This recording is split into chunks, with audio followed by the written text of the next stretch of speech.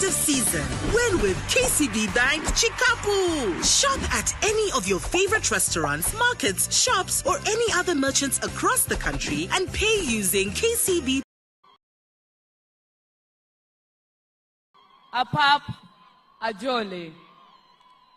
Your Excellency, we are really honored for you to consider coming home, knowing that you have us in your heart and you value us so much. We know you're tired.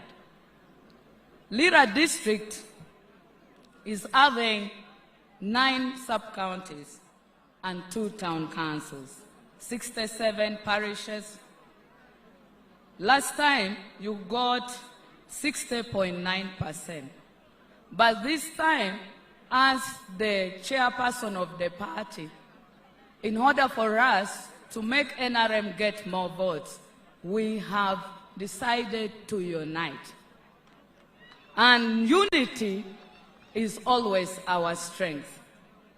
Your Excellency, as you're aware, me and Honorable Sam, we used not to match. And we were the reason for the division in the district. But this time, we have decided to put aside our differences to ensure that NRM excels at all levels. Among the 3 of us who are the flag bearers, that is Honorable Sam for Erute South, Honorable Patrick Ongom Aregede for Erute North, me as the woman MP flag bearer, and the LC5 chairperson, we are sure we will not let you down through these voters. And when we are not letting you down, it means yours is wonderful. Lira district has no other person apart from you they are seeing as their next president. Thank you for bringing peace and stability, enhanced military presence that we are at home. And Your Excellency, I would like to move straight to the issues of Lira district. The most pertinent issues that we have is a Erute district. This matter we discussed when you were sharing in caucus, and it came to Parliament. But the people of Lira district needs a pronouncement from you. In the health sectors, you wrote to Ministry of Health to upgrade Ogur Health Center 4 to District Hospital. When we come back to you, we request that you consider in this coming financial year. Your Excellency, in the water sector, we have only 14% without safe water, meaning we have 86% of the water coverage. And I know through Ministry of Water, we want, but our main effort is to request for more extension of clean pipe water. In the electricity sector, since we are in the rural, we request that REA fast-track their connectivity in various areas. Because we are lagging behind, we cannot do value addition as you've been preaching. Your Excellency, on infrastructure improvement, we would like to thank you for grading the Apache Renkunye Road.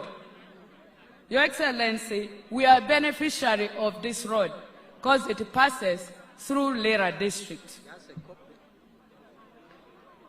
And we would like to also request a pending ambulance for Erute North, and we thank you.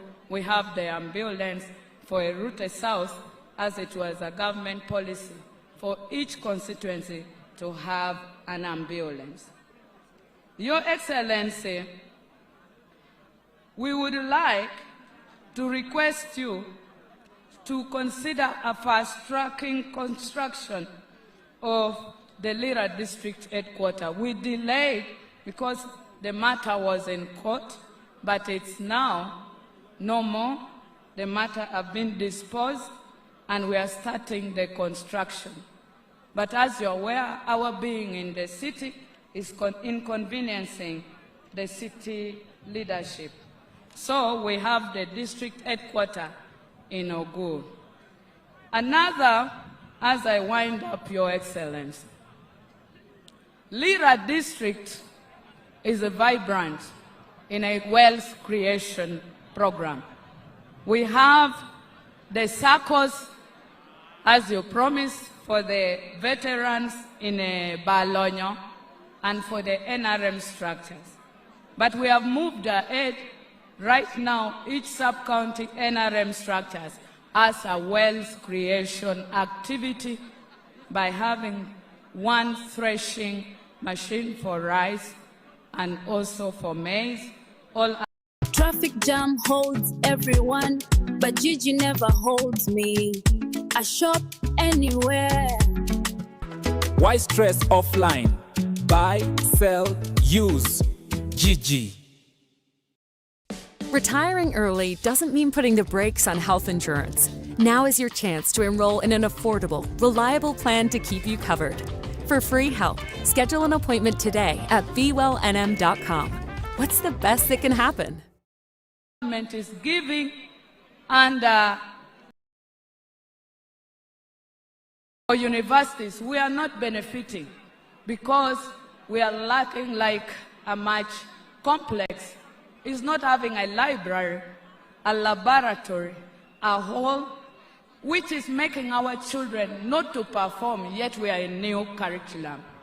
I'd like to report to you that we need the same in Ogur SS, which has now been upgraded to A level. Performance is very key.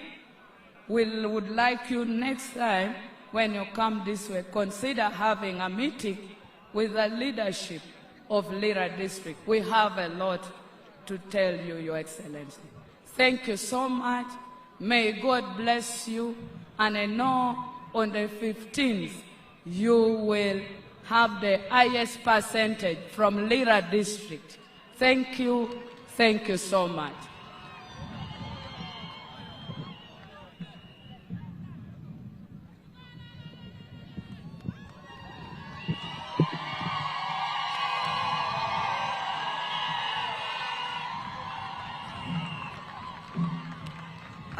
Aduong Yoweri Kaguta Museveni, President wa Melobo me Uganda, kede won kom me party wa me Amara, National Resistance Movement, luak kametikan dushu iruomwa papat, kede dong luak me Lira City, kede Lira districts du chapoy unubinu. Ijolo una duong lobo. Iti mare unu. Ibole unu kui. Ami tu kwayo jua meti aluoru chiengcha doti aworu kani utim gini beru duogi. Aduong akwayo ni mi adake hadeke ken. Apoko kopani yo ario. Na machela mi yipochi le mono. Gina me akwayo leb lao. Me wek luak. Me Lira City kede Lira District dangwini. On behalf of the leadership and people of Lira City and the wider Lango sub-region, I warmly welcome you home, Your Excellency. Your friendship with the people of Lango spans more than 5 decades. Through difficult moments and hopeful seasons, you consistently chose dialogue over division, unity over exclusion, and nationhood over bitterness. For this enduring relationship, we say thank you, and we pray that the Almighty God continues to bless you with wisdom, strength, and good health as you lead our nation. Today in Lira City, We also express our deep appreciation for the tangible transformation delivered by the NRM government in Lira City and across Lango. Your wealth creation agenda through the parish development model, Emyoga, the Women Entrepreneurs Program, the Youth Livelihood Initiatives, and others has begun to fundamentally change the lives of the people of Lango. In infrastructure and service delivery, Your Excellency, the impact is visible and measurable. Through USMID 2, you have changed the city. The construction of Akibwa Stadium project has brought life back to our youth, and we are forever grateful. Lira City is benefiting from over 36 kilometers of tarmac road that is beautifying our city and improving businesses. Your Excellency, we continue to appreciate the infrastructure development in various areas of agriculture. Recently, you gave tractors, your encouragement to us through the 4-acre model to plant coffee, and also skilling our youth at Lira University, among others. Your Excellency, we are profoundly grateful. Looking ahead to the next 5 years, Your Excellency, I request that you allow me to switch to Leblanc.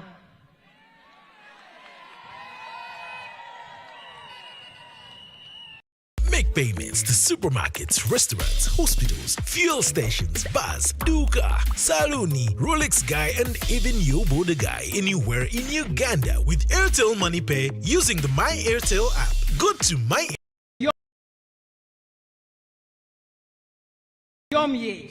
Ni timbe igeri wa chuma don amewanu luoni industrial park uko daitamiene kayini binu timma manu abinu meyo timu biashara kere nuongu tich pibuli kere mondushu aber meishel na Mario apap wanu kwa yuni leg dege amemiero gero kwa naini timber igero kwa bien binu loko city waniu ko tebeda ber tewe kukare mewele wadang binu kere jo ametimu biashara tedang yabu dogola mewek joy Lira City dang nen kong loba oho apap wanau kwayo ni ticha meiti timo ikobi ko match kede pi itie huko mewek city bed kede match kede pi ikaberu dushu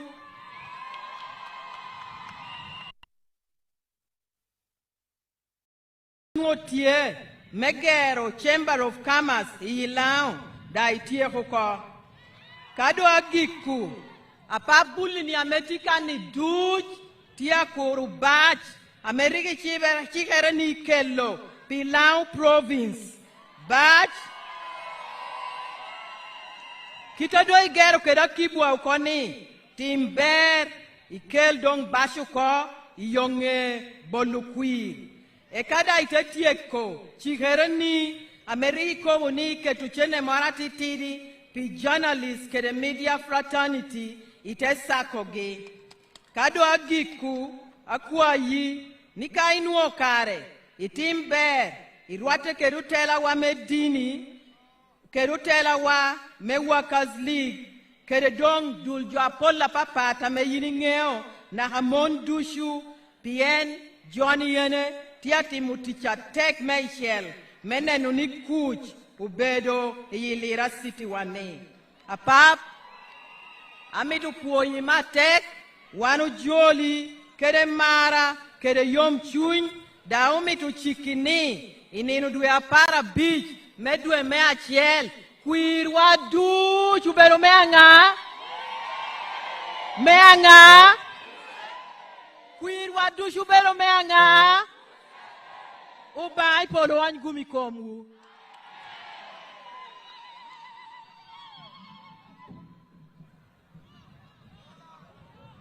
Thank you so much, Honorable Jane. Your Excellency, I'd like to recognize Honorable Seninde, the Director of Mobilization. Honorable Seninde and myself have been tasked with the Secretary General to handle today a call by Seninde and Lira City by myself. Thank you so much, Honorable Seninde, for joining. It's now my duty, Your Excellency, to call the Vice Chairman, Northern Uganda, to come and ably present.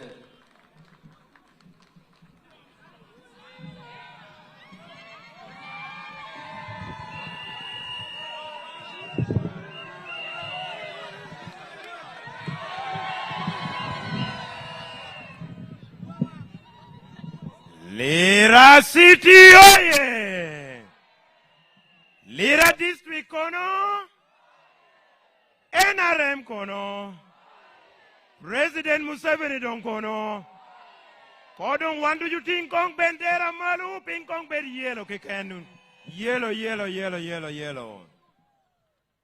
Your Excellency, General Yoweri Kaguta Museveni, the NRM presidential flag bearer, and the father of the NRM revolution, I am going to be very, very brief.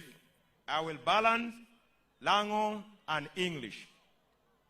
To you, Your Excellency, apart from being a leader, I also prophesize. And I wish to prophesize that in the performance of the national resistance movement under your leadership, from 1996 to date, I can state that the 2026 general elections will be your best performance in Lira City, Lira District, and Lango Sub-Region. That one I can state it. Boru luang melao. Ye jamapol la me wan lao bedo penyi both President Museveni. And he has delivered them. Lao mo atudumi rio keda para rio oberu kede gura duong. Lao penyo pe university President Museveni mi wa Lira University bapting we po ai uno. Lao penyo ni medro mara dahat almelira bede regional referral hospital. President Museveni oyi got a great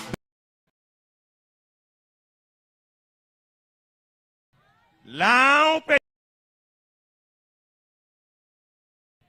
Foundation Stone nere tiedo eroko. Lao penyo ni pulam iyo ero mangwen yo achiel la moberu yo ya pach lam de chani tiye yo me woro kam dini lam mero kerro odongi lam me yo me ya dogolo awon na amolata lam me yo me ya abohe awod bobi lam me yo me ya Lira awota loe te won na hotuge te karabim te karona hakotidu pijo me kide adogo donga be mi in kede an premier Bolli Museveni qui. Bolli Museveni qui pi kuch. Bolli Museveni qui pi don lobo. Bolli Museveni qui pi tutemerie muchan. Kun be programs apol la popat. Me agik mere in indua para beach medwe machel. Mo atudu mi rio pi rio ya bichel.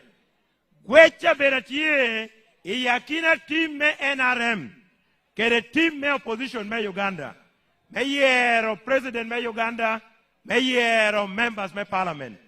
I team ma NRM ngata mea keto boy chie me beru team captain aberu Yoweri Kaguta Museveni. Teta lo team me NRM leg. I Lira City kan jo ma gwe kere president Museveni in Para Beach. Me achiel tiye Dr. Jane Ruth Acheng Ochero. Mario Tieye Omodi Dennis. Meadek Tieye Ominwa Gweng. Lira City in Dwapara Beach, Joa Mea Gwekere, Lira District, Joa Mea Gwekere President Museveni.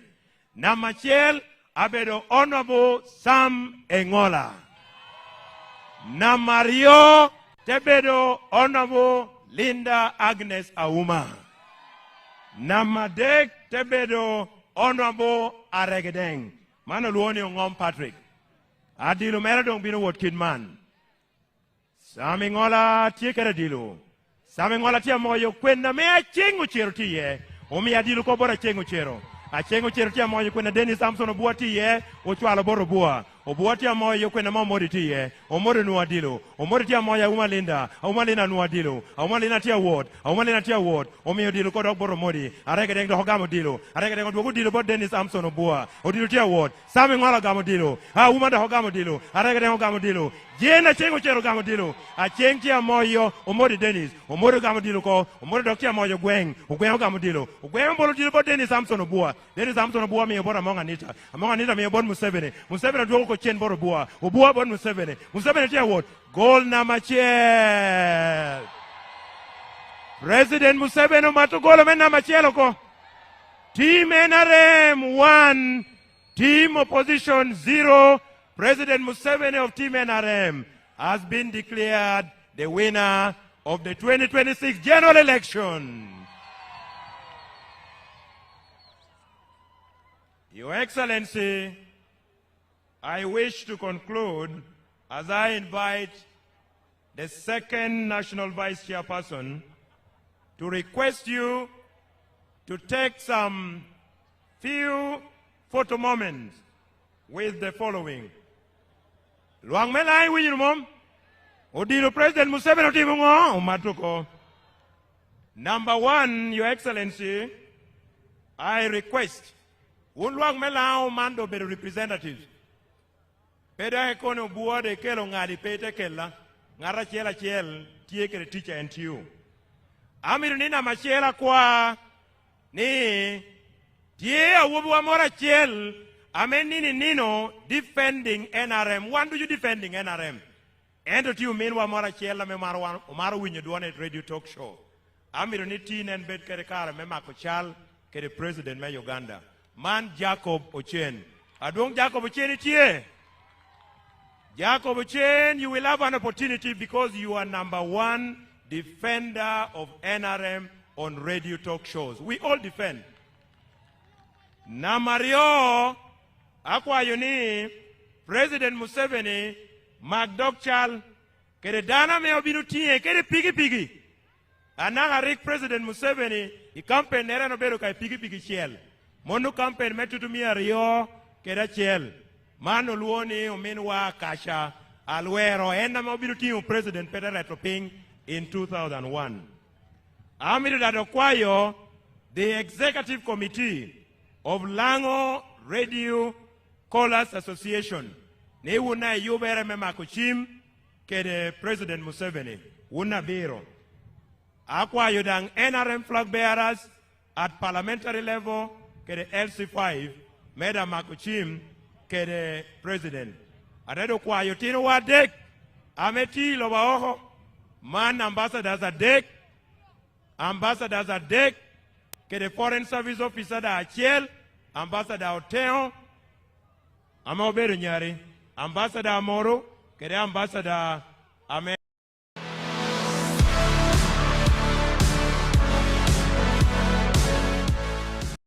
You don't need a second job. You just need to learn how to talk to AI. So this is how I became the most dangerous person in the room.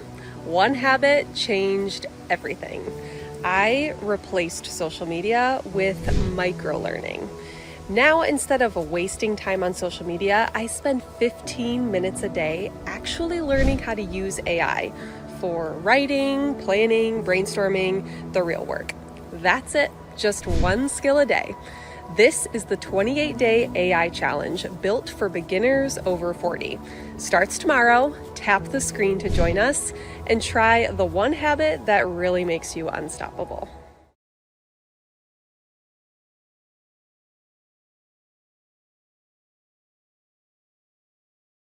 There.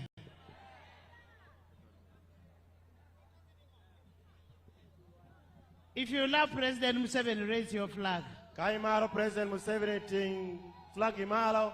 I want to thank all of you for coming in this big number. Amitapuo undushu maybe ni Roma dit aman. Your Excellency, I want to thank you for coming to Lira amidst your busy schedule.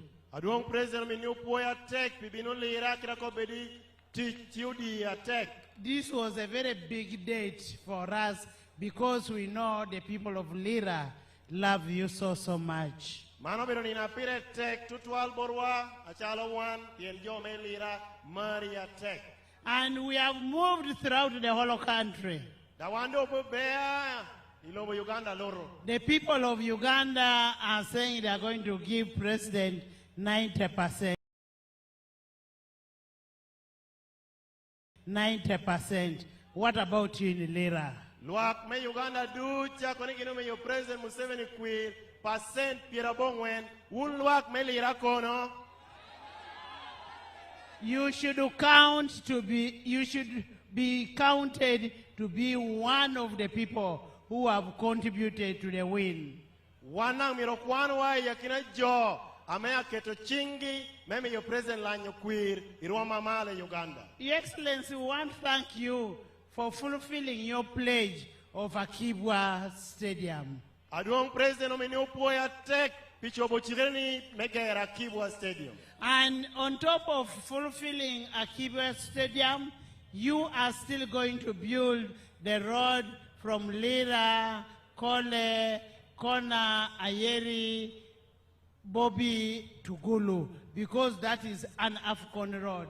Medical Akibwa Stadium, yo ameni chikere megero, obero yo amaya Kona boge, tebe ongai, te katu ya choli tungcha, piano mono yo me tuhume Afcon. Your Excellency, the last time YouthMaid worked on the roads in Lira is when Lira was a municipality. Aduong President, YouthMaid otio ilira uno Lira de Kurubero municipality. YouthMaid roads in Lira city. YouthMaid Mario abinu dongeti yo educhu ameti Lira city. The next time you're visiting here, you'll get this city shining with very beautiful roads. We want to thank you so much. Diri maja kai duogo Lira inu Lira city tia rienya kere yo abesho omeni opoya duong President. Your Excellency, we also want to thank you for upgrading the following roads in NDP4. Aduong President omidango puoi metingo malo rome yoe magi amaokwano ni NDP meangwen. Renkunye Apach Lira Road. Yo amotia loni Renkunye Kunbeo Apach. Soroti Dokolo Lira Kona Kamdini Road. Yo ame ya Soroti Tebeo Lira te Kona Kamdini. Apach Lira Purango Road. Apach Lira Kere Puranga. Lira Aloy Otuke Abim Kotido 187 kilometers. Yo amaya Lira te Wataloy te Wototure kilometer mia cheli piera boro we abero. I am more grateful about that road because it broke my back. Ania yompi yono piena na beye koma tera me ya red idingea. And the day it will get over, Your Excellency, we shall be very grateful. Nina yono atumkere wano binu muodo telele ya tek. And we also want to thank you for the construction of the regional blood bank in Lira. Your Excellency, when we created Lira City, you wanted Lira City to be under the leadership of NRM, where you can have full control. And in that full control, Your Excellency, you are the appointing authority of this country. You have the powers to appoint anybody and disappoint. In the interest of promoting the party NRM, and in the interest of making sure that we are in charge of Lira.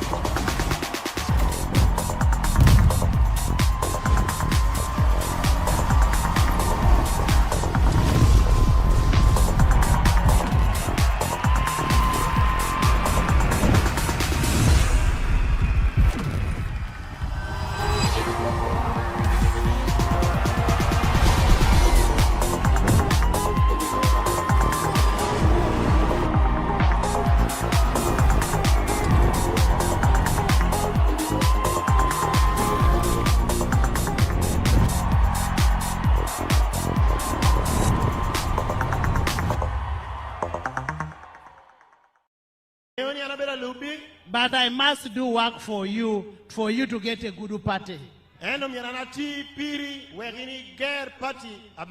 We cannot continue hobnobbing with the people who do not believe in us. And I want to thank the UPCs who love us genuinely. And Your Excellency, I want to thank you for believing in the politics of ideology, not identity.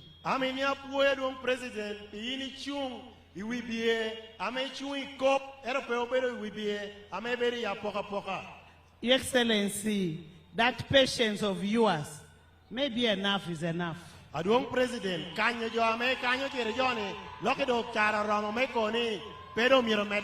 We cannot allow people to step on a plate that has fed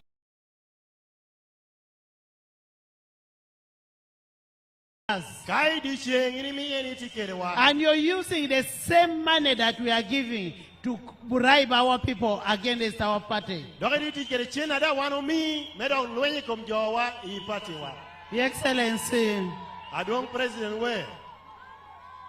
we love you for being a patient person. We love you for being accommodative.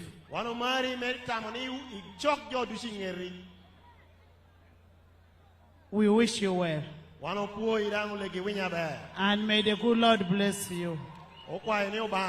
As we conclude this election, this is the time for us to know who is who. I now want to invite you to come and address your people. And God bless you as you continue. NRM oye! NRM oye! President Museveni oye!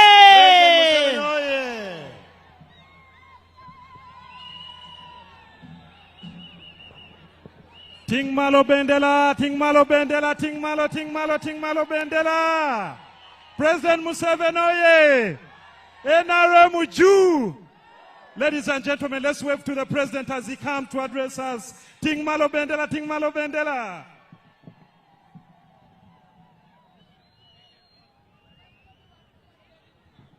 Museveni oye! Ting malo bendela. Sit down, please. Beruno dong ping. Kopango Rockme Lira.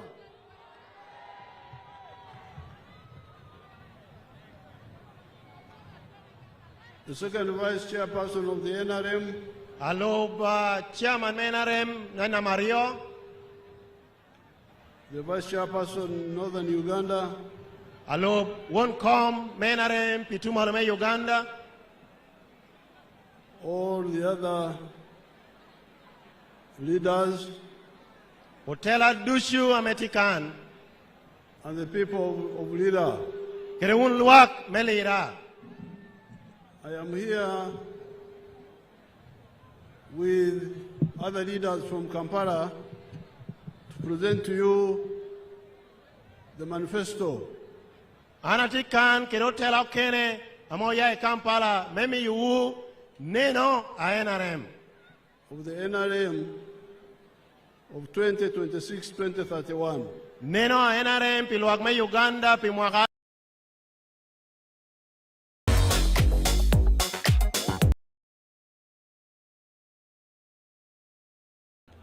In that manifesto, we have pointed out that NRM has made 7 contributions in the last 40 years. Igina me ochoye pinya mo bero nena NRM utiucho jama biro. Ame NRM otiu pi mwaki pirangwen wi okaro. We call the contributions matofari, bricks, put on the Uganda house in the last 40 years. Jama me wano cho gina biro no wano koni ubero. Matafali ame wano keri gedo me Uganda pi mwaki ni okaro ni. The first tafari is Kuch. Matafali na machiel ubero kuch. Uganda had become unmanageable Uganda nudo doko loba me peono don ramo guakere telo ye kakare. political instability, Okwaye ni rebels, ko beru mot win ko paduong. cattle rustlers, Onotikere kobikom mayodok. but now Uganda is peaceful from one corner to the other one. Chado wano loki kuti Uganda itwok ping dushu. And this is because of our ideology of what Right Honorable Speaker referred to. We believe in interests, politics of interests, rather than politics of identity, of tribal religion, and so on. Mandushu ti mere pien NRM neno mere tie pi miralwak erope pi neno dano achiel achiel.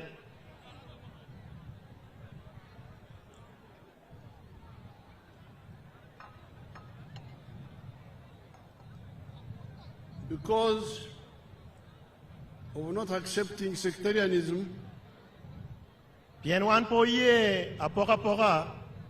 we have been able to build a national party which unites all Ugandans. Omiyo wan ogero party achiel amekelo lwak me Uganda dushu kar achiel. And we have been able to build national institutions like the army, the police, the judiciary, and so on. Omiyo wada obero kere kare megero dule dono ametiyo pi Uganda achalo mony polisi kere dul ameng'olo kop. And it is a combination of these two, the political unity and capable national institutions, that have created the couch we are talking about.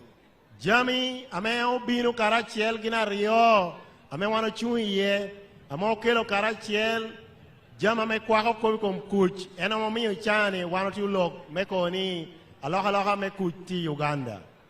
Now couch has enabled Donglobo to take place. Kuch omiyo don lobo tia bino Uganda. That is the second tafari. Monobero matafale onyo brick na mario. You are talking of stadiums. Ichani do want you kobi kom stadium. The first stadium we built was Nambole Stadium amogere na machiel unobero nambole. by the Chinese. Amejo me China enariho konyo wategero. But the Chinese had offered to build it in 1960. Ipiera bishel wiaboro. But it couldn't be built because there was no couch. Eno pero mogere pien Uganda no kuch peye. So when we came much later, you can imagine 1968 and 1986 when we came. That's like 20 years. Kode inen chagere piera bishel aboro. naka itutumia chel mia bonge ne pier bor wi abishiel ado wano binu omiyo do kop me kuch temi yo chako duogo tero tamo ko kom gero stadium. We found the file there. The Chinese had offered to build Nambore, but there was no kuch, so they didn't build it. Wano nuo buka mocho ametia koni luak me China uno ye me gero stadium era pien kuch no pe ngado no romo gero kre chao me gero no petie. So I remember we started building it around 1990 there. Apoine wano re chako gero tutumia chel imia bongwen kre piera bongwen nono. Now slowly we are beginning to build other stadiums like Akibwa. Amando chako do donyote medo gero stadium bala Kibwa. And other institutions. Karachiel kere dul logo medon ametio gero kabela popat. Karuma hydropower station. Aporere gero kabukumach me Karuma. By the time we came, there was not even, the old dam of Jinja was no longer operating. It was operating at half capacity. Ikara me wano bini lodge kabukumach ame ono ti Jinja uno bukumach da petunu nushume gupu mere. But because of Kuch, we have repaired Jinja, the first one. We have built another one called Lira on the east. Ero no pien Kuch tie omiwa iro en me Jinja na machelcha dogre wo dogre gero me na Mario amolo ni Kira. So there are two power stations now near one another. So Jinja chawani kabukuma tiario amechega Karachiel. Then we built Simba. Dada regero kanaluni Simba. Then we built Karuma. Teno bigero Karuma. Then there are the smaller ones, hydro station. Send money globally with Air. Voice is simply faster, more natural, and more flexible. Another one called Oryang. Here. Ke moro dia loni Oryang tia chega kom kerwakan. In Lango Acholi area. Tie komi idul lobo melao keracholi achege kan. The British had tried to get the oil of Uganda from 1920 to 1956.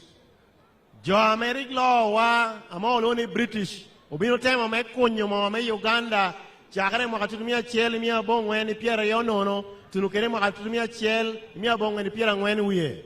Because the signs were there. Piano no kunuo koni mo tie. The oil comes to the surface. Mo no kum yai ping te donyo hotenen. At a place called Chibiro. Kaname ononi Chibiro.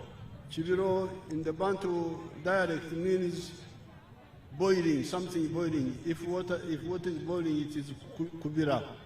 Ileba me ogluo kereno kaname mo no donye ye no kananu mo tia kukunya kaine no berba giname mo. It was boiling to the surface. Tekopereni mo ono tia walo tia donyo iwang lobo. And the ancient Banyoro had seen it and named that place where things boil to the surface. Luak mekanashanu neno tenge yoko awre chakunye nikaname jami kukunya te donyo ho. So the British tried to look for the oil. Jome British tete mi dirugi me moyo moni. From 1920 to 1956. Chagre mo atumia cheli mia bongwen piere yonono na mo atumia cheli mia bongwen piere bishu ya bishel. But Rubanga did not want them to see the oil. Ero ba poye ni gino nen gini mono. So he confused them. They didn't see it. Temi yegi ba ere pote neno gini kana moti ye. They were looking directly below the kubira, directly below. Gino no tu neno kana mo tia kukunya ye gino tamiti tere kakani kukome. But the oil was coming from somewhere else. Ero mo ni nuruja ya ite pekana me gino tu ukota maneti ya kukunya ye ni. And coming underground and kubira here. Notia donyo tedo binuka na gino tu neno ni kunu ya ite. Now because of Kuch, we had time to look for the oil, check what the British were doing, use modern technology, and we found the oil. Bien Kuch donu otie, wande bero kere kare, metit kere tet me karatinini, Aote mo yo mo yore amando Uganda nuo mo. It will start flowing this year. Achako do donyo oko me achara imwakani. Let's see. You can see there. Chalere che otia nyutiwa kana me mo me Uganda adonye. That's one of the wells. Mono bero ka kana chiel ame mo ni akunyera ya adonye.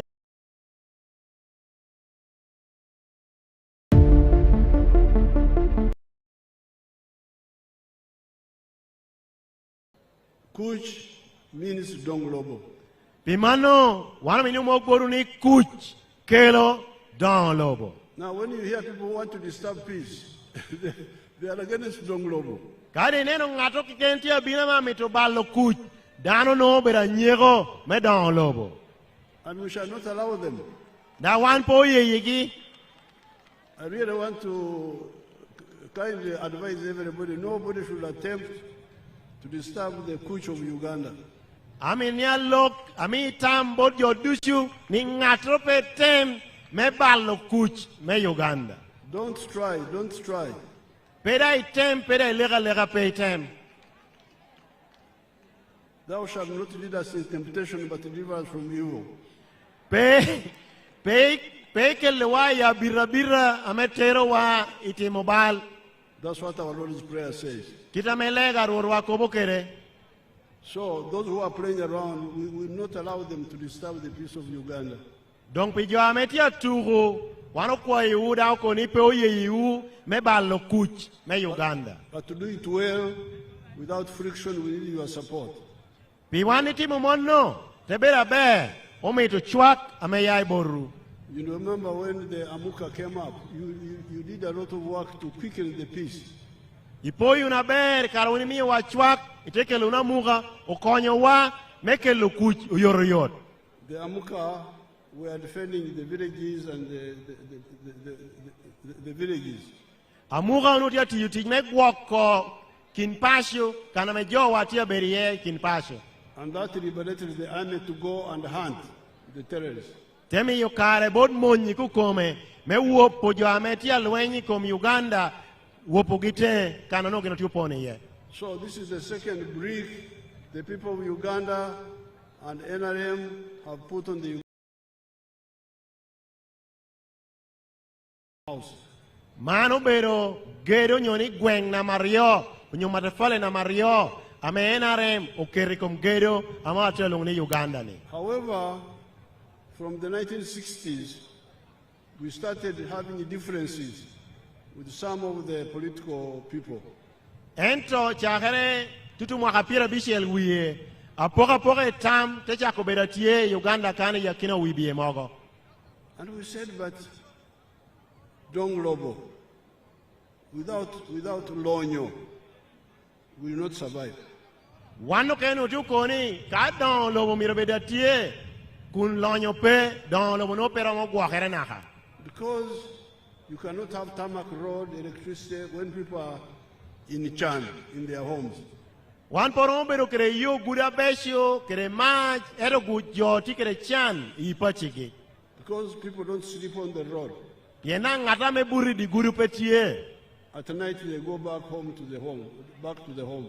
Kai woro romo ngara chela chel dog pasho kana imiro buriye. And when you go back to the home, you find Chan waiting for you. Achoro kai dog pasho, do no ni Chan, ena do kia kuri pasho. And it says Apoyo Bino. Chan te joli ni welcome. Apoyo Bino. We are still here. Ni one. No sugar. Much pay. No electricity. Blanket manok. No enough blanket at home. No few blankets not covering all the children. Blanket umitino tiano no kame pero umitino dushu. Ilangit. You find the children fighting for the blanket at night. Mama, so and so Okero has taken the blanket. Inuitino. Ilangiro kwe koma. Children are sleeping in a blanket without sheets. Otino tia burite langit amechuka peye. So Donglobo, if you don't add lonyo, you will not survive. Omiyo pimano, kawano koni, Donglobo, tie, kape mero lonye ye, Donglobo no pe guakare kakare. And we started talking about that. Wano de chako kopi kom, luenye kom chan. In our area where I come from, I started mobilizing the Ana de chako lokere jo turi wa, mene no kirango, amoro luen kere, meriemo chan. That's why in the 1960s, 70s, they were calling us communists. These boys are communists. Omiyo, ipiera bishel wiye, kere piera biru wiye, wicheren, unotia luongo gini, gino bedo gini jo, ame chwako, jo ame yai tutu, lobo bara Russia, kere China gicha, luongo gini communist. That because we were talking about all people being equal, all people being equal. Bien wano no yuko ni, jo dushu, miro bedaro rom, kwa jo dushu, miro bedaro rom. Say, oh, people can't be equal. God did not create us equal. Some are short, some are tall. So we must accept.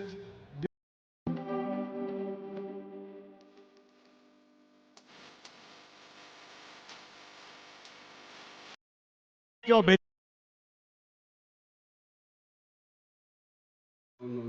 Yes, they may be short, tall, but they must have equal opportunities. Wano de koni pea mono, wano yeni ubao chuyo jogere popat. Ento, wano miro yik lobo, ame miyo ngara chel, bedo kere guma rom, me miyo kwa mere beda be. So when we came in the government, we brought that belief. Kado wano donyi lodge, wano chako ke lokopo eno, oho, me akoba bodluak. We had already done good work in the cattle corridor. Wano nuotiu tichukwa beri ya kinajo ame guakodo. I don't have time to give you that story. Gumara chawa dope, kono kwa kobi udo do no yore. But in the manifesto of 1996, we in writing, we advised all people to say, please, if you have got a small piece of land, 4 acres or less, do the following. Endi mwaka tutumia bongwen, tutumia chelimia bongwen, pira bongwen na BCL. Ichocho wame chikere bod luak me Uganda. Wano kobi jo me Uganda ni, kaini tikele lobo, ame pe karo eka ngwen, ngoa iramoti yukele lobo ni ginene. 1 acre for coffee. Eka chel mirobed me puru moñ. 1 acre for fruits. Eka na mario mirobed me puru nyikchem. 1 acre for pasture for young in the sheds. Eka na madek mirobed me ini guako lum, me pitu doka ma guako kana chiela me pelara tata. For ichak. We repeat diang chak, ame chemere nuotik achegi kere. Then 1 acre for food crop for the home. Eka mea agiki mere iteti kere pito cheme nino ame ini chamo ingeturi. In the backyard piggery.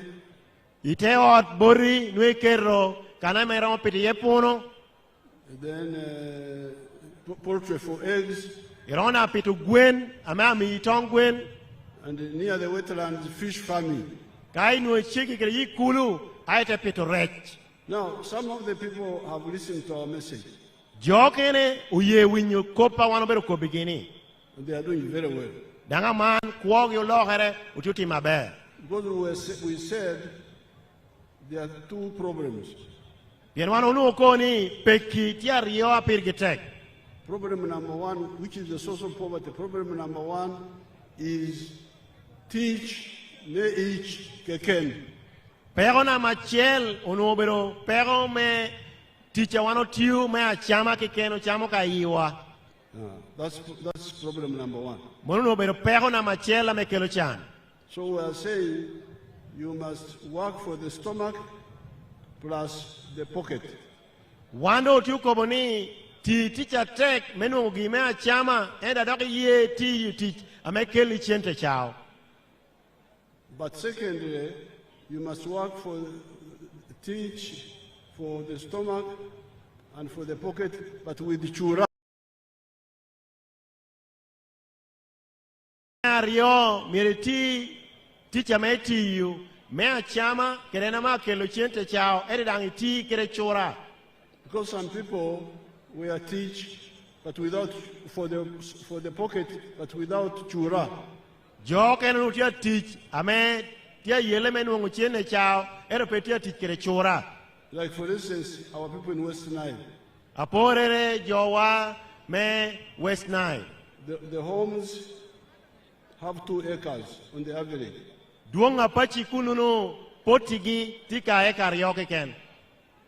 So, if you put 1 acre for food, cassava, kaikero porachiel mebero pi purumogo, you remain with the acre achel for money. Tedon kadong eka chiel ken me puru ginama kelichente. If you make bad chura, poverty is permanent in your home. Kado peitiu crediro ame chura ni pokonyi chandong dong turi pinaha. So these 8 I had calculated myself. Diro ni anu no atiu chura mere an ni kuko machalo president no atiu chura mere. These are biro 7. Joma biro ni anu no achogi pinyo ko yore. That's why here I don't talk of cotton. I know it. Omi winyan kako ni jama in mire piri an pako ko bikompama yanangeo ko bikompama be. I don't talk about tobacco. I know it. Pa ko ko ikompuru taba yanangeo dang taba be. I don't talk about sugarcane. Pera ko bikom niang. I don't talk about tea. Pera ko bikom majan. I know those, and the country needs them, but we need another solution for those. Angeo jamino dushida angeo ni lobo Uganda mer jamino ento diro me pur jamino pat. Kita me wan tiukere. For the small person with small land, please, this is your medicine. Kai ni tikere loba no nok winya ko maber yora ini ya kerechan ene nana koboni. So let's see those who have listened. We have got Fred Biamkama, a minister, has listened quickly. Okwa ni uwinyu no ngwa wanokoboni da uwinyu yoriyot.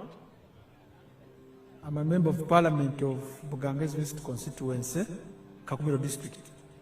We are now at our 4-acre demonstration farm. The land we have here is approximately 4 acres. This is a farm we started 2 years back here, 2.5 years back. And on this Super means more gaming. Super means more pitching. Super means more streaming. Super means more schooling. Super means more vibing. Use my Airtel app or dial *100 *21 hash to get a Super 3 bundle and enjoy more. 3K gets you 3 GB of an extra 3 hours. During my time here, I've been able to enhance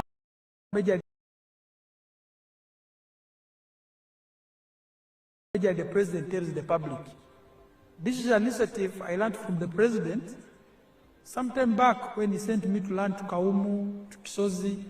I copied what I copied, this is what I came up with. And you will see as we move, or that side, this side, that's my 4-acre model farm. The house as well. You don't sleep here, but if I will sleep here, the house as well is seated on this 4-acre model farm. When you look at poultry, out of the 25,000 birds, it's only 11,000 giving me eggs. Others are soon giving me, and I get 302 trays per day minimally, because 11,000 birds are supposed to give me 366 trays. But because of the feeding method of deep litter, I don't get all the eggs. I get 302 trays per day minimally.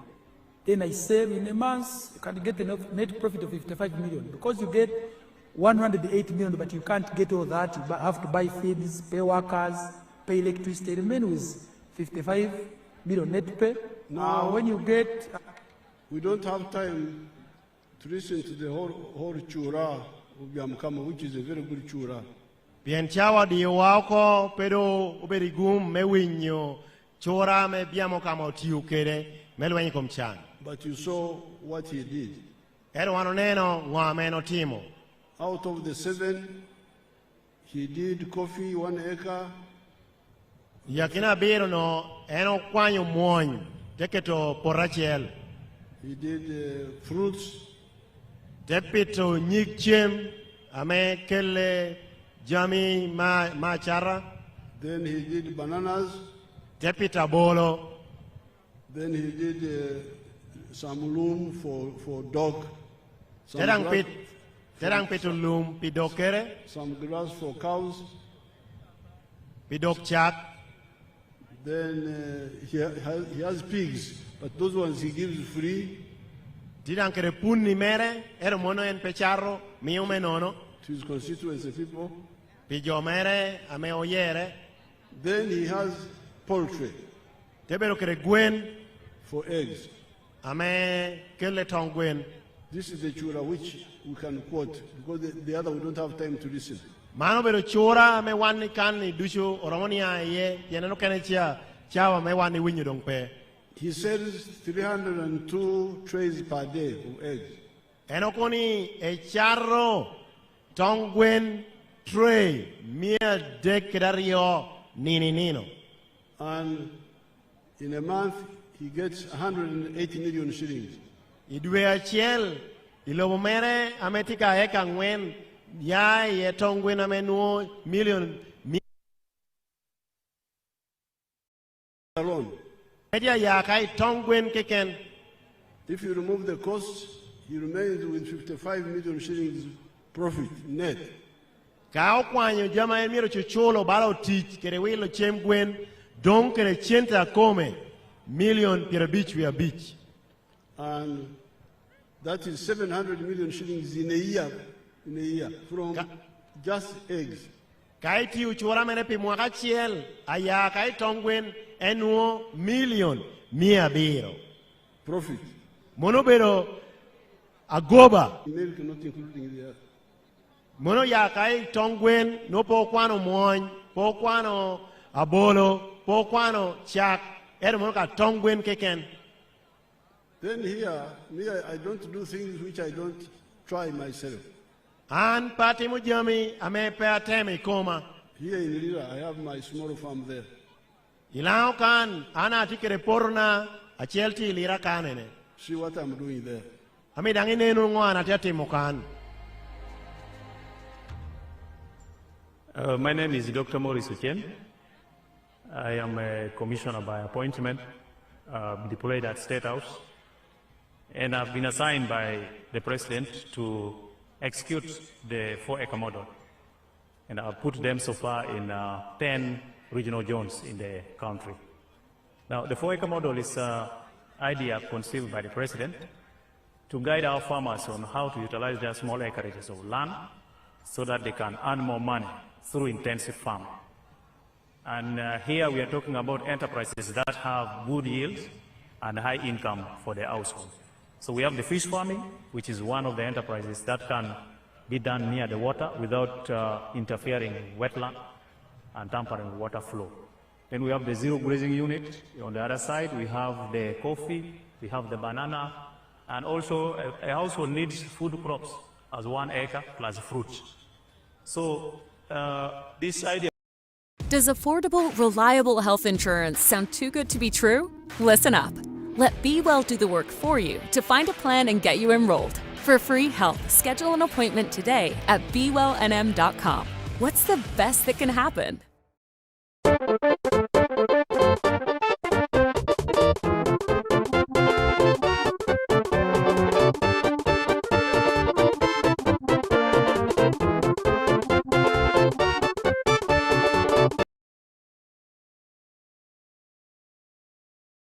800 grams to 1.5 kilograms. In the market, the fish which is 1 kilogram or 800 grams here costs about 10,000 shillings. So having stock here 10,000 fish, by 10,000 somebody will get 100 million in 1 year. And then when you subtract other cost of managing, which is roughly 30 million, somebody can be able to save 70 million on this fish pond. And this size, we can put 2 of them in 1 acre. So meaning in this particular acre, somebody should be able to get around 140 million shillings. Now, that is the chura of my people here in Lira. Mano obero chora nyodiro meti kirelobo eka ngwen ameti borwa Lira kanen kom Lira city kanen. We don't have time to listen to the whole chura. Chawape me winyo chora no duchi yore. But you saw what Dr. Ochen did. They have planted coffee 1 acre. They have planted fruits. They have planted room for dog, for milk. They have, but now they have added fish farming.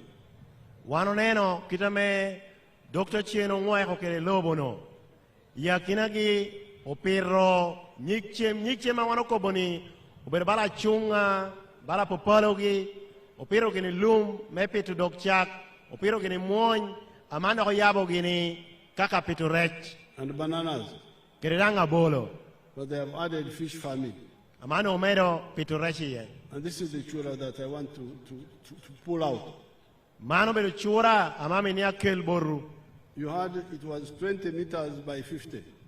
Lacha kapiturechi ko biuni tie meters pirario iko mita pirabich. And in a year, they get 100 million.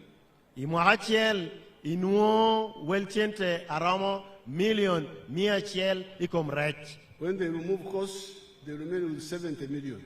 Kao kwanyo jamu kene amemiri chul megwako rechi idonkere million pirabiro. You can have 2 of them in an acre.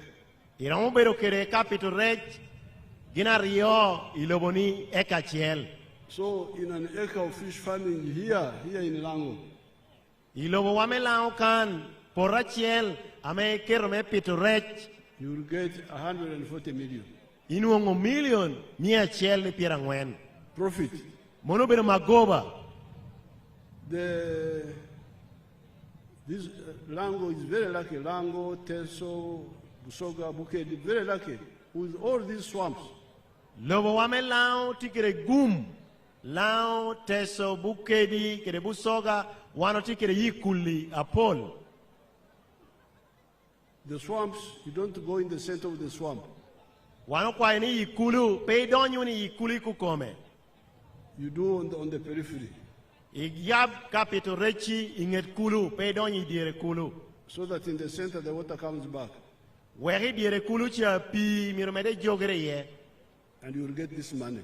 Mekonyi menung welchiente ama okoboni. We need the water to come back in the swamp because we want to irrigate the other land. Omino ni pi duogi kulu wekoti kere me kelo pi oro me konyewa me dongo pur kanokena me kot peye. Let me show you irrigation. Wekoneni u yore amoro motechire pi me konyewa pur. Let me show you my garden in Bushenyi. Uneno porachiel ameti ibushenyi.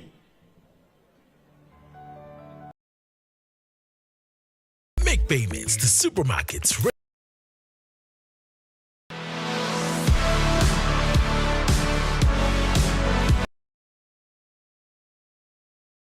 Yeah, Matoke is very important part is water, but especially in the dry season.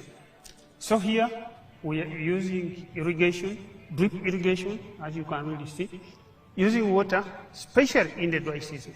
Drip irrigation, the advantage with it is that it sends water where it is required. PB does not depend on national water. We make our own water, which we pump every day. 90% of the water is used for irrigation, and the other 10% is processed. No, we don't have time to listen to the whole story. Gumara chawa dope me wani winyo yore ngwa medano no tiako bi wakre metikere pi me bidu porro. The fact I want to get to you from there Ginapire tek amame ni iwinyi kano ngwa me dano no kobo is that in my garden there tieni ipornasha in a hectare. Iporachiel in a hectare. Porachiel ame hectare, not acre, like 2 acres. Pora ame berubara acres ario. I harvest 53 tons. Abolo ame ye bera bolo kilo tutumia pira beach we are deck. Not kilo, tons. I've tried to convert the tons into kilos, Your Excellency. Okay. Ton pira beach we are deck. Ton is simpler. Ton 53. Ton pira beach we are deck. The Banyankore nearby, they get 5 tons from where I get 53 tons. Jokana me pura bolo achegi keda ginuo tana beach keken era no tan pira beach we adek. So I am harvesting 10 times more than those Banyankole. Pianana tikere yore me bidu porokere pi anadia nunga bolo tiela par allow mege. Therefore here in Lango we are misusing the wetlands and underutilizing the dry land. Gumaraji lao kan wanotiu ballo tikere yikulu aure temoni uti yutichaber iwitela. And also in the other areas. Kirekano kene dange Uganda kan. And this irrigation is a serious problem. Achokobi kom bidu porokere pini ubero tichame wanmiro when we were attack meme yotimere. I was talking with my daughter from my village there, Barilegi.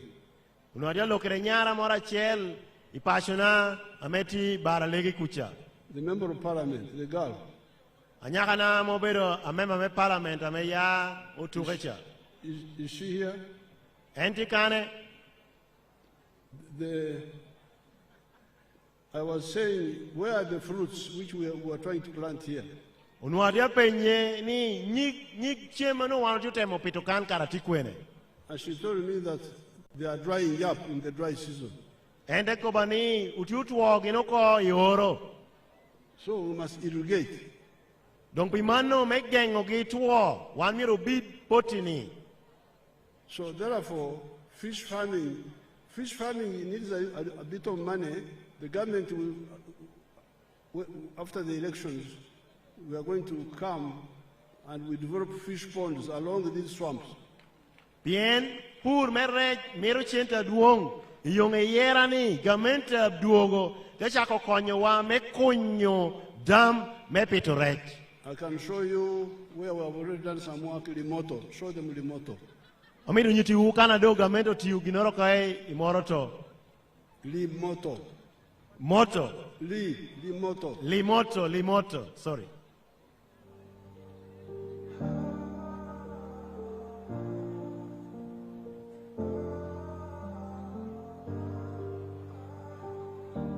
You can see the fish pond there. We don't have time to listen, but you can see them there. Monobero kana mega meno timo ginoro me konyo capitorech. Now, I have given you examples of Yamkama who is already advanced. Amia por ikombiamo kama medong level eredong romere tu urmado. And my own farm here, which is also advanced. Kere porro amanyuti urang romere timalo. But I've got my daughter Apio. From near here, let's see Apio. Erna minia duogo pepin inenu no porro ame ngata mo loni Apio tidang ati agwoko. Apio is there. Come. Oh, ni Apio tikana come. Tia kwa ni Apio binanyim wejonene.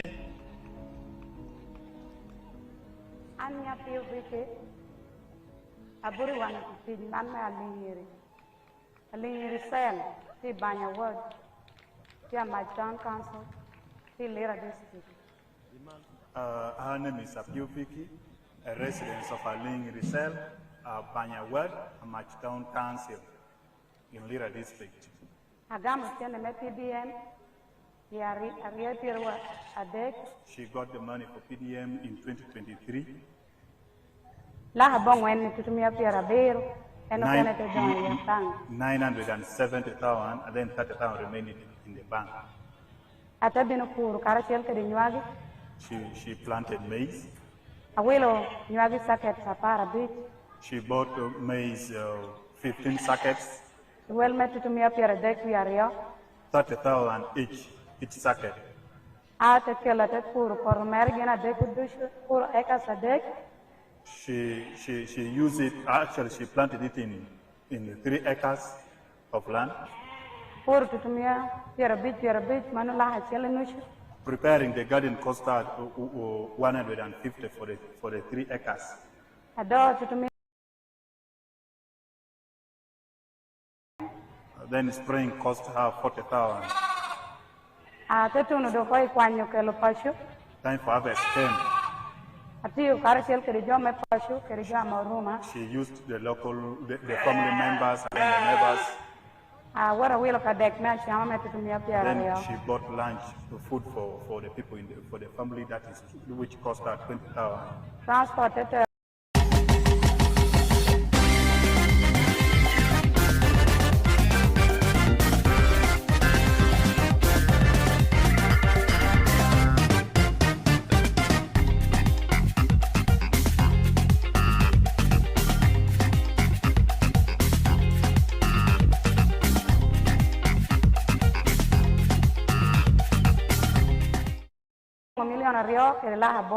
And she got 2,800,000.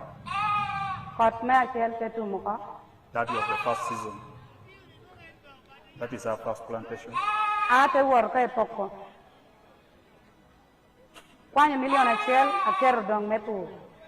the 2.8, she decided to keep 1 million aside for farming again.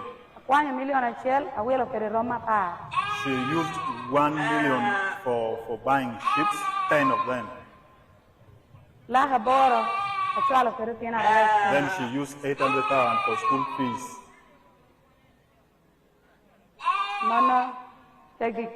That is how he spent our first money. So you can see it will take time, but appeal, Kobango. Kope Baba. Apoyo Bino. Anda apoyo Bino. La Quara, how are you, La Quara? So, tell these people how rich you are now, quickly, in the local language. Ana tia bear. Chene me PDM me mio. Allah tie. Apir muenda ko. Awilo lobo da ko. Atikere romi piera bisial nono do ichawane. Don't translate. You summarize afterwards. I also know language. Gina ka arem kere ma me menye gipien koyo ne hogi. Ma petie ping petia lergi e capi tiaremo gida ko shepien pida pot petie. Pi pot perango kero. Apoye Baba, poro ne muony cheng tie yellow. Tie woti tuoko. How many sheep do you have now? Tipiera bisiel nono. How many? 60. She now has 60 of them, the sheep. 60? Yes. Oh, Jalonyo. Apoyo, come. Thank you. Why unu luak dushu PDM pubero goba. Awi radio ni jotia kobo ni muzee. Uwilo jama olony. Ana no pa lony. Da no pa ngeo chene no. Eti acha honeni muzee chwalo kop me PDM oho. Eno miyo ana te ya. Ate chako lobo yo me PDM. Tia loko kuona. Tida me ya bero dano. Kita de ti nena kere ni. Keke na tia John. Pimonye queer. Jotia yelani abero nyare.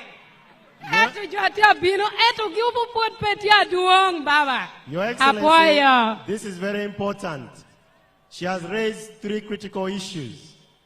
Our farm is lacking water and she lacks power because she wants to keep the animals warm.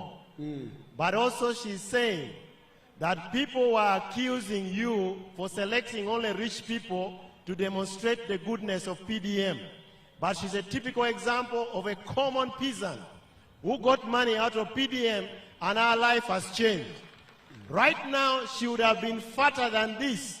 Our only problem is she is canvassing seriously for you to be re-elected so that the people can enjoy the good leadership from you, Your Excellency.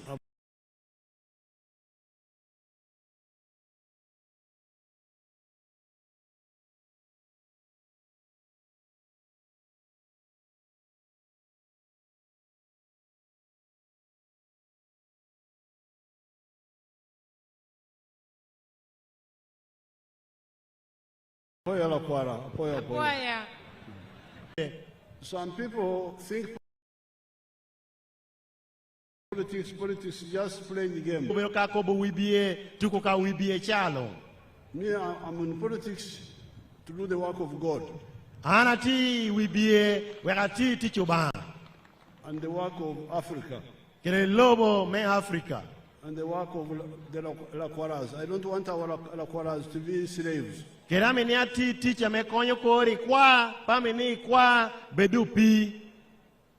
you should already listen carefully to what we tell you, because we are not politicians looking for that. Winya unu kare dushi aber kai winya wana kobo an pa bera wibie amati amoyo ginni kere ginni amirni alokwo. Because of our belief in no donglobo without lonyo. Piyewa meko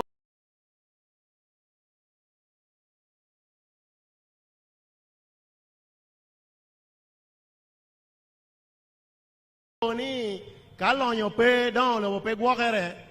We came into the government.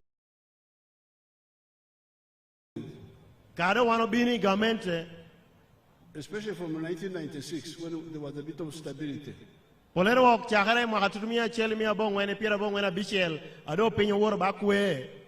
knew that the people who were enlightened, some of them had their own money, they can use their savings to build Lonyo.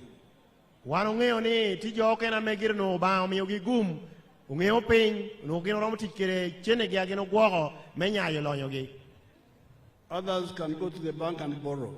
But the majority, like Apio here, could not go to the bank.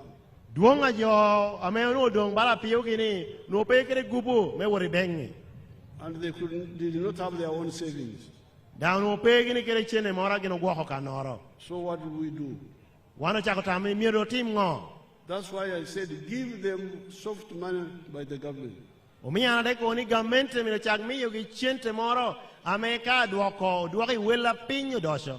in 1997 we started with Ntandikwa. You must have heard about that.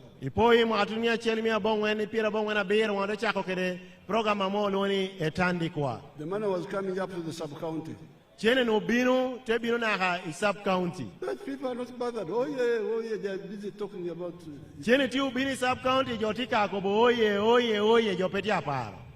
then other politics of this, that, things which have nothing to do with people's lives. God doesn't like that type of politics. I've been watching from 1960, I've been here.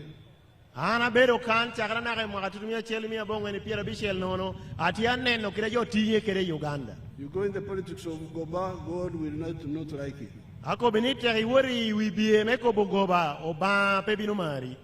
been watching for the last 65 years, involved, either watching closely or involved. So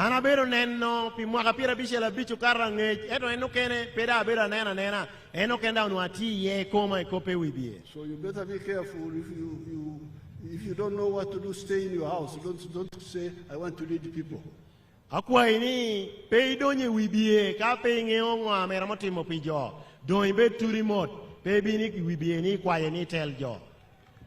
if you want to lead and then you are there to do your own things, God does not like it.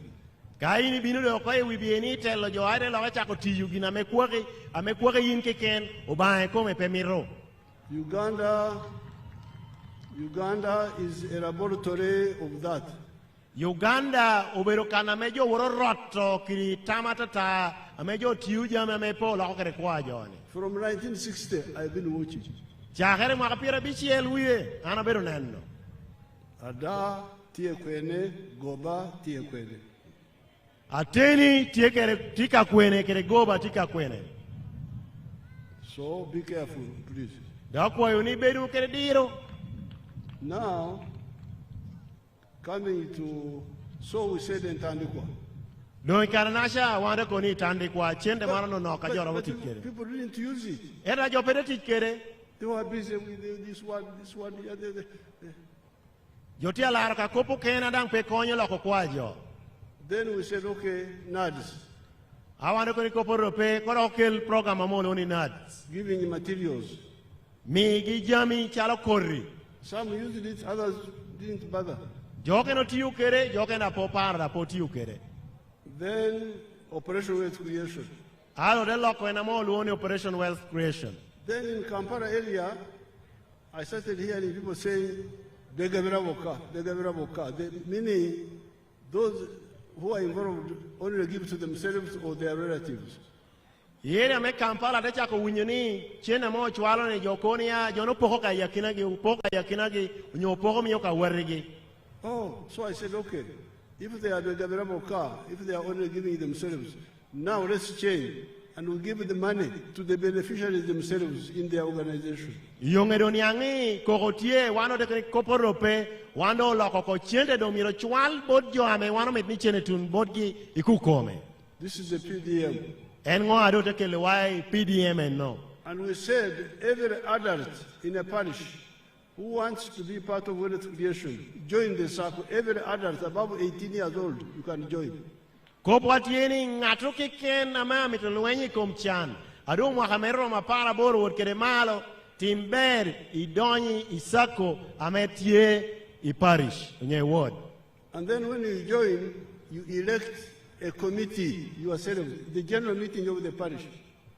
Kari binuluko kana chiel, ite sako, ite yero tela unikomu, ichokara duong, ama oluo, ite parish on your ward. It is the circle with the Muruka chief as the secretary, which selects who comes first and who comes next. Obero tela mesako, kara chiel kere, iborwa kana loni town agent, onyo jago, gina na me yero nga, amemiro kwang miyo, chente me PDM, unyope. It is not the Muruka chief who decides. Muruka chief is just a secretary.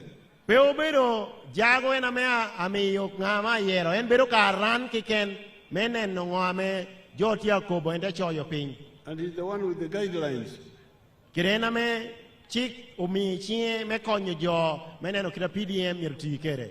But especially in the Kampala area, there have been complaints that again we are sidelined. Who is sidelining you? You are the one who elected the committee. Amano ko tu winyu ko do ka mejo dia konia do ko we wa ko ko pe PDM. Ngani do ka tie we ko wa ko une na me yero tela wu mesako. Yes, the money is still small. Ateni chene no gere put no compared to the population.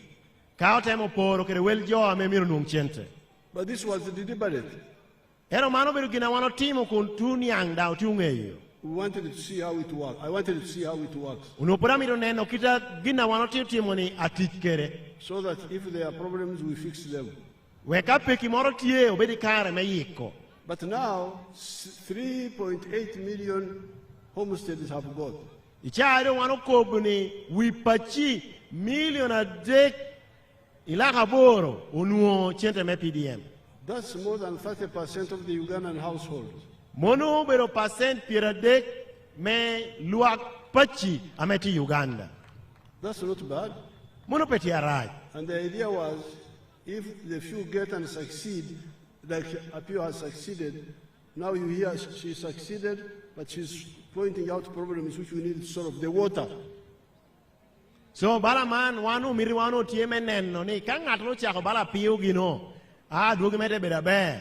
Wano renge jema yai amane na pio do tia koboni. Of water has not been mentioned by Apio alone. I had it from the girl from Otuke for the crops. I had it in Karamoja. The boy there had pigs. They need water. All these animals need water in the house now, no longer in the swamp. So peko me pi pera winyi bara pio keken. Awinyi bon nyara mo tuke, awinyi nangi tutu Karamoja kucha. Jone lucha mito pi me konyo gi gwako leyigi kere konyo gi pur. Mando po bero pi ameti kanabor. Bero pi agino tu mita chegi kere pachigi. So saying the money is not enough, yes, it has not reached everybody, but the ones who have got, have they succeeded? Koboni chene ni nonok wano ye. Era penya pire tektini jano nokamo nuoni.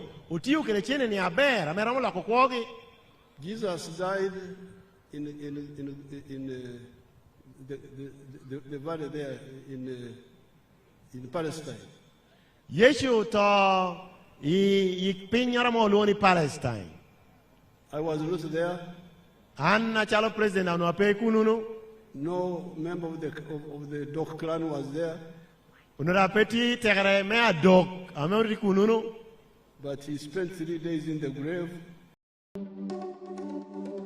Got a great business idea? Give it a domain name from GoDaddy. Every order comes with our effortless AI experience, GoDaddy Aero, which will generate a logo.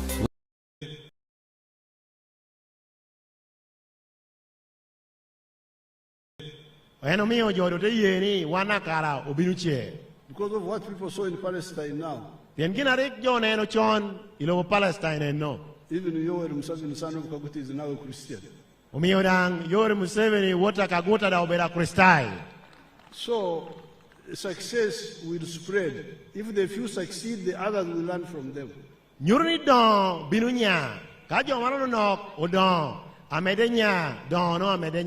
And that's why I've been showing the pictures of Apio here.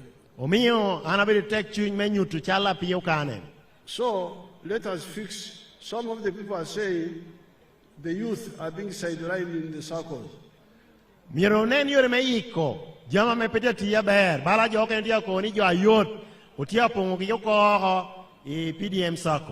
the youth are supposed to get 30%. The women some percent. So even if we were to create a separate circle for the youth, it would have to be managed properly by the General Assembly, electing a committee handling on behalf of the many. Kila wanokono yopusako apart jo ayot kireme melo yokretello miro beda chechal chohere miro beda tie me yero tela utela no te gwoko en sakuno amenyo wano menyo yikanyen anyo abero ma abudu. So here we are struggling to bring the people who have remained behind. Yele wade ichane obero mekello jo amodong chen. But ever since 1986, there are other families who are getting richer and richer and richer in Uganda.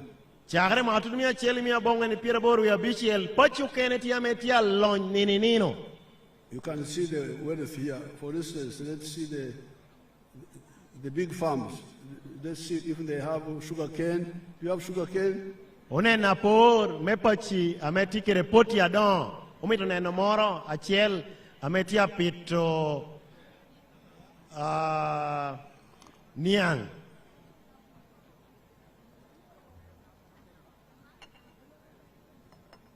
If you don't have sugar cane, give us palm oil. Ni kame niang pe miwa memo mo loni palm oil. Sugar cane, yeah. Many young in Atia Donyono. That's a factory, but the fields. The field is not just the factory. Ominionen poti many young. Pomitonionen ka factory kiken.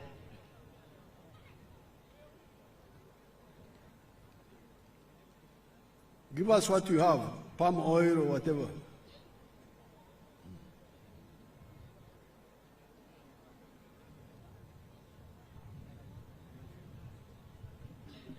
That is palm oil. Here in Maruzi, here in Ilango.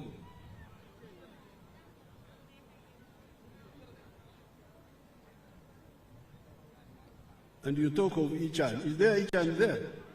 Chala want you no bero loba me kom timaruzi lao kan kaine no luogi yenda mo pirama ke lo mono monda ini luoni chane no. That is Lonyo Madwong. Mono bero tuan lonya me welere pekobere. Then there are so many examples. Apor me kiri jo ameti ke pota dono tia pol. So if the 3.8 million homes who have already got PDM, if they had been carefully targeted for the very poor. Kaunu jo pachi million a dek la borno amenu ko como kwanyo pachi mechan ni kukome. They would have handled everybody. Down utie ko pero mechano ko yakino nywale me Uganda. Because like Apio, she told me she didn't. The land she hired, the 3 acres where she grew maize, she hired it. It was not her land. Bala pora ma pio mio. Loba eno puri enyuagi da no pemere. Uro paon loba pa. Hired land, produce maize, use the money from the maize to buy the sheep. Eno pir nyuagi, ipora eno paon, te kwanyu chinte me nyuagi, te do wilo kere romi, ame chane endo tia guoko. Apio, have you bought land now? Apio ni de wilo lobo. With how many acres? Ario, Apoyo. She has now bought 2 acres of her own. Apio de chane wilo lobo mere, eka zario ado biro mera pire. But when she started, she hired the 3 from others. She didn't have land. Ikarena chako eno paon loba pa, eka za dek, nyopoti dek. Now this is about lonyo. Mano biro kop melonyo. Especially in agriculture. Apore tutual kunyai pur. There are other forms of lonyo, but we don't have time to look at them. Lonya me donyi kano kene tie to don chawa me logo yepe tie. The 4th is teach. Where does teach come from? Kop na mangwen no bero kop me teach yai kwene. Some people say teach is from the government. Jokane koni teach yai bod gamente. That is the wrong answer. Mono bera gama me petika kare. In all the developed countries, much of the teach is from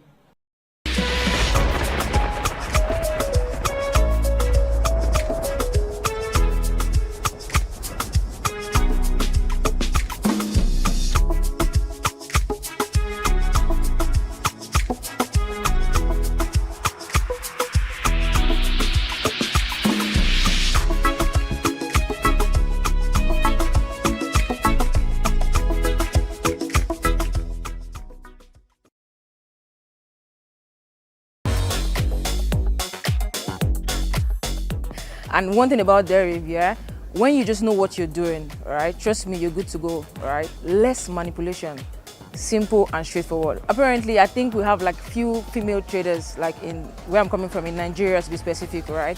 So I want them to see this as a motivation, to see this and understand that it's very, very, very possible with dairy, to be specific.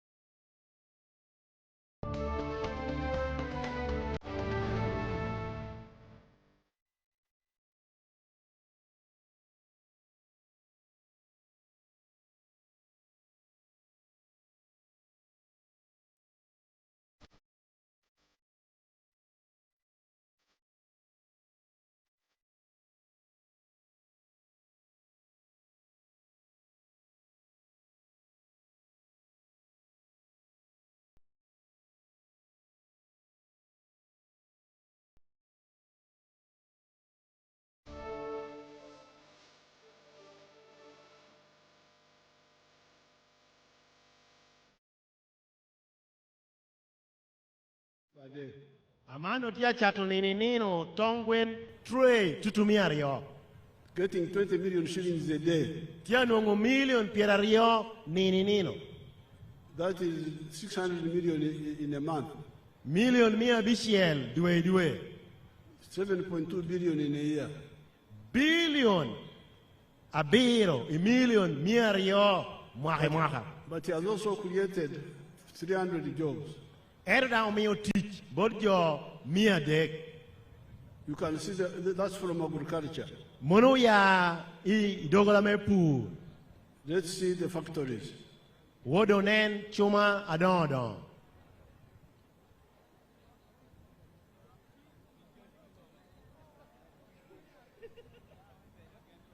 Factories. That is a town, a new town near Mbale. Mano bero gero me boma amelok tia cheki kere Mbale. A town of factories. Obero boma nyono town ame obero ka town me chuma apapat. There are about 75 factories there. Kanacha tikere chuma aromokin pirabiro we are beach. Let's enter one of them and see how many people are working there. One no kong I chuma chel yo adi ametia tishiye. See the number of people working there. Nen ko luwari jo ametia tishiye. So what is the message here? Kopa pire teki ye tieni ngo. The message is that wealth creates jobs. Kopa ti ye tieni lonyo kelo teach. Now finally, on the issue of wealth, me agiki ikobe kom lonyo. The issue of restocking in Lango, Acholi, and Teso. Obero kop meduogo dok Ilao, Acholi, Kereteso. The cows were destroyed by the wars here. Luen ubi uruenyo dok area mekan. So when peace returned, we started restocking. Ikado kuchi chako duogo, wana chako tiyu teach, meduogo dok. But then some lawyers came in and brought legal. Idie moro kano jomote bino kano chako kelo kopo kome chik. We didn't think it was a good way. One unene mono pobere yo abe. But as my young daughter, the deputy chairperson, was saying, I am always soft. I said, okay, if you think it will work, go ahead. Achalo kire uki aloba amobero nyara tiri uko nyara chamara aye me winyo tam. Ana neko koporo pe kado chik kena mati kono nen kita wot kere. We gave them money, 159 billion. Otera mi chente billion mia cheli pira bichu ya bongwen. But we are not hearing any impact. Obero chiku yirwa pera uriunu ngaduogi mere. So I decided to say, let me call people from the area and we consult. Areta mo de koni mir ko do luong jo kaname pekini oberi ye ko wintam iboti. I called big meetings in Teso, in Lango, in Acholi. Adelo mo chokara duong itesho lao keracholi.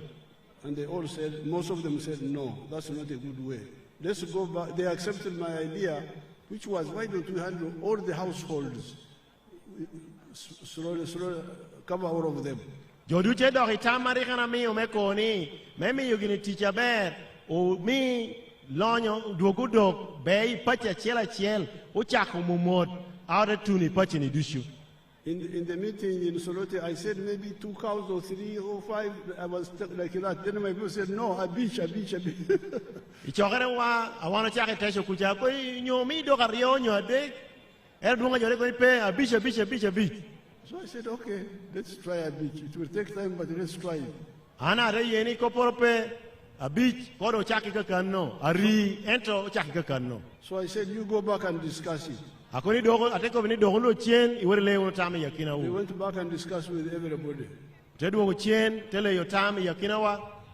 Then they reported. Teso reported first. They were for the household approach, the PDM approach sort of.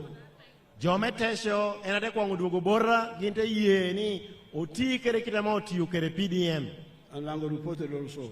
Lango dang tedu go bora dang kere report. Just before the campaign started. When I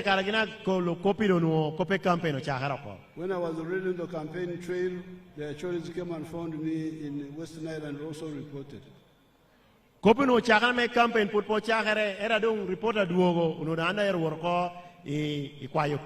That's why actually I had to miss the rally here. So I said, okay, since they have all agreed, that Monday, when I was supposed to address a rally here, and another one in Kole, I went back to the cabinet to say, Teso, Lango, actually have now agreed with my proposal of Duchu instead of just the lawyer's list.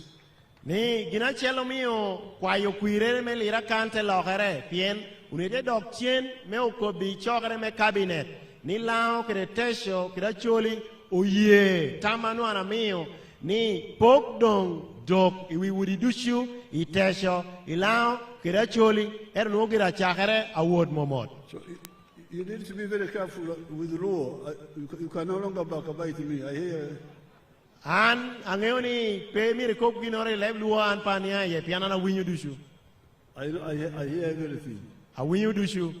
So I had to go back to the cabinet and say, now our people have agreed. Now what do we do? Let's have a plan. Another dog chain ichokere me cabinet ataka jo wado ye tamanu anamio amando timunungo. Then I went back to the campaign. When I was in the campaign, they said, now the cabinet has said, instead of cows, let's give money. Ikarado anatie amedeke kwayo kwi report atetu nubora te koni kaka koni wano poko dog cabinet do yeni wando mi chente. And then the people can buy for themselves. Wegdom pachachela chel amonu chente gindo ramo willo dog ya pirgi. So I said, okay, I have not had time to be in the cabinet. I'm moving. I just use it by remote. Ana de yoko akoni koporope pienchawa na do chane be cabinet pe ero jogoya chim umiangi yonga me cabinet kobo. So I said, okay, the money is there. The money was transferred. Where is the money, Omona? Where is this money now? Omona, come. Ana de yoko dongo bani chene da dongtie. Aduonga mo lonio omona ni mirubiko kwena do chende ti e chawan.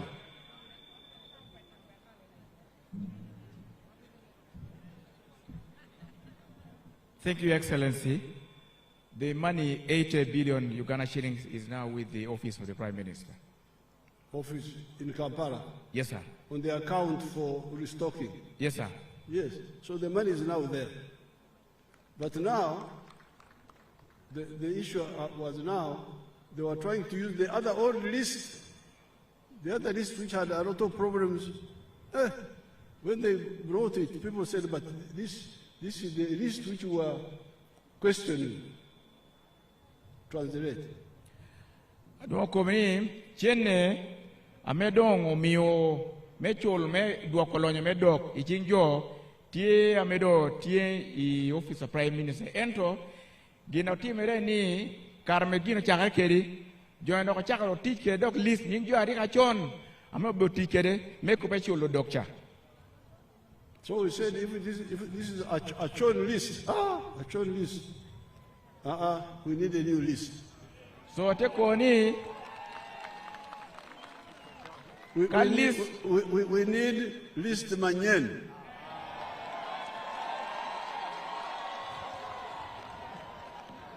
So yo ame ochago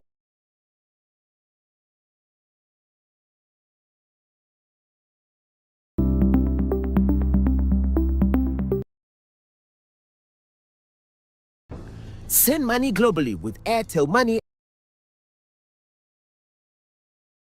The cabinet, just on the phone, I've said now you keep the money on the account. Don't take it back to anything. We are remaining with 7 days for the elections. Let's finish the elections. Meanwhile, we shall get time to get list manyen. List manyen, oh yeah. Adwa ko beni en kite winyo kere kito en de winyi chimpi ti ko pe moyo kwir chuno kwir bito kwir en te koni kado ko pe lisa chona mo tikere ni ka mano don ko ko weko ko bedi cheni ni ko dong kunu ko do tie ko pe yele me kwa yo kwiri o ti dugo chente neno ni nung lisa nyen na ber mo tiu kere me jwa ko nyochulo jo. List manyan oye. List manyan oye. Edarem oye. The old man with the heart oye. Lang oye. Uganda oye. East Africa oye. Apoyo Rubanga. let's give flags. There are other issues which they have raised here. In the manifesto, like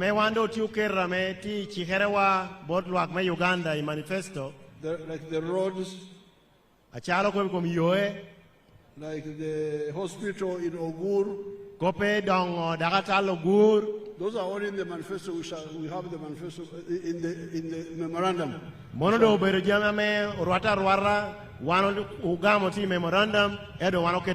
none of them are part of our plan. Thank you, Your Excellency. Can we have the flag bearers for city and Lira district? The names are there. Yes, can I now? Honorable Dr. Jane Acheng, Ogweng Eddie Morris, Honorable Dennis for City East, and the Mayor for Lira City. We also have Awuma Linda, Honorable Awuma Linda for Lira District.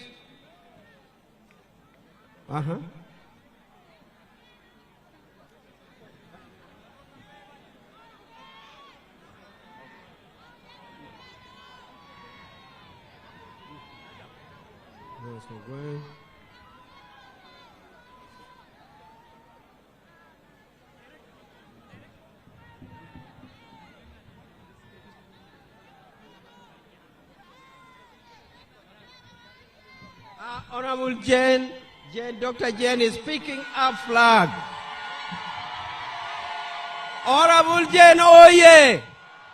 Honorable Jane, oye! Okay, next we can have Honorable Sam Ngola for Erude South. Honorable Sam, oye! Sam Ngola, oye!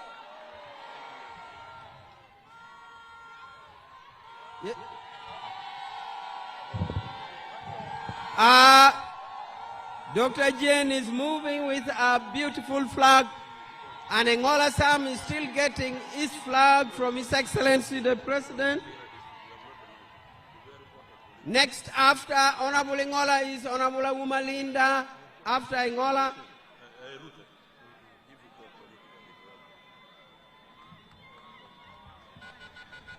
Honorable Awuma Linda, oye! Honorable Awuma Linda, oye! Linda is picking up flag. Congratulations. Congratulations, Linda. Congratulations. Dr. Jane is here with her flag. Yes, Ogweng Eddie Morris. Honorable Ogweng, oye! Honorable Ogweng, oye! Ogweng for City West. Ogweng for City West. Dennis, Honorable Dennis for City East. Honorable Dennis Modi is picking his flag. He has picked his flag. Honorable Modi, oh yeah. And now, Aregedeng for Erude North. Honorable Aregedeng for Erude North. Okay. Okelorik for Chairman LC5. Okelorik for Chairman LC5. Okelorik for Chairman LC5. Next is our Mayor for City. Mayor for Lira City. His worship Atul for Lira City. Atul has got his flag. Then we have the workers, our only lady who got the flag for the workers, Northern Uganda. The workers flag bearer for Member of Parliament has also got our flag. Our flag bearer for the workers from the north. The only person who got a flag from the north. the issue of Erute district.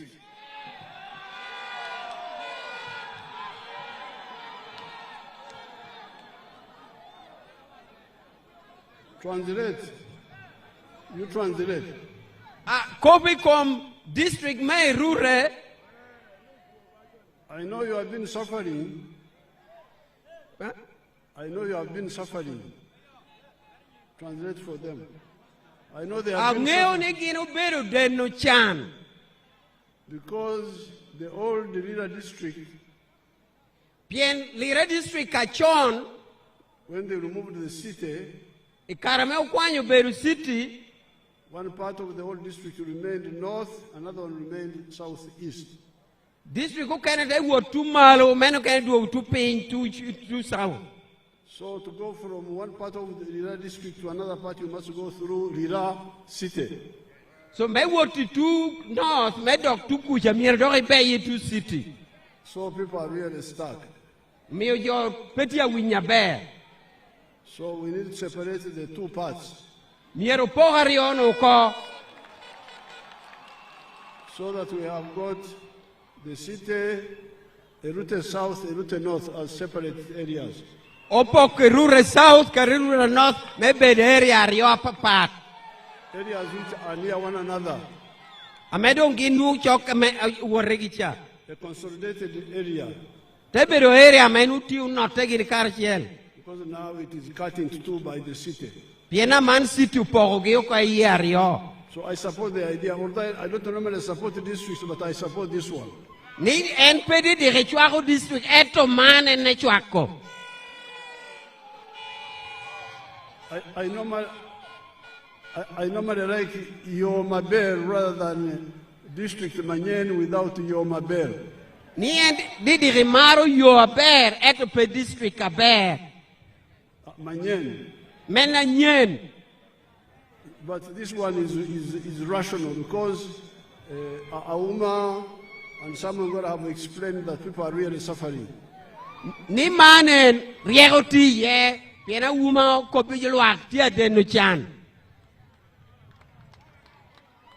Ni keri ngola gina uma oneno ni riegoti ye.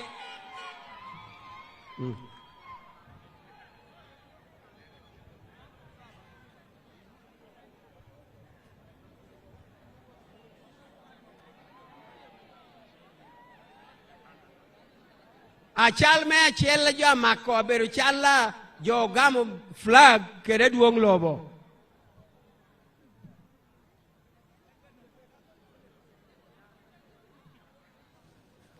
A chal me a rio a biru beru chien Jacob kere akasha.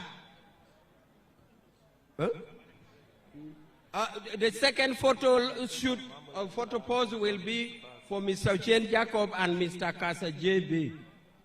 From the media fraternity. The bus for the sportsmen, you will get that bus. I don't know why you didn't get it. Ni bus me sport dongo mi ko pengi ngo mi peru tunu. Thank you. Poyo tutual.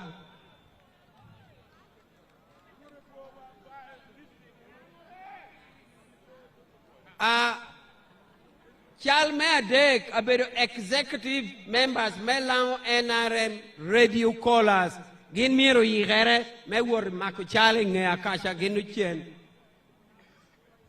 The third photo pose will be the executive committee of the Lao NRM radio callers, and they should prepare after those of Uchen and Akasha.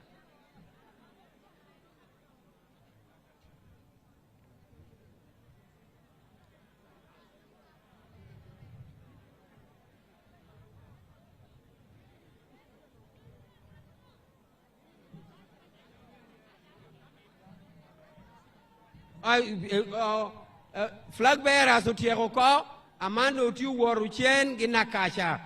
Flag bearers utieko, the executive committee radio callers should be ready.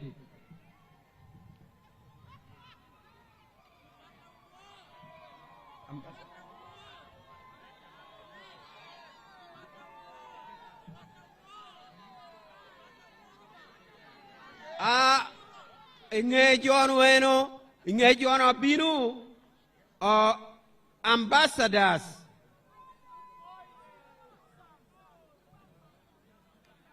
Ambassadors Warichal Khan.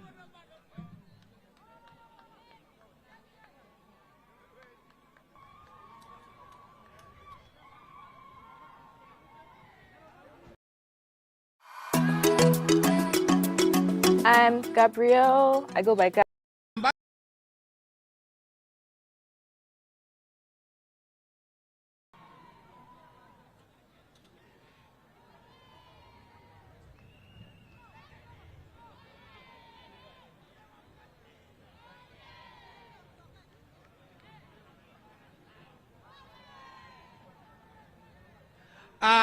Akira Jome kan na machiel tidong apenyo ne ukobo ni mier chunkanu apenyo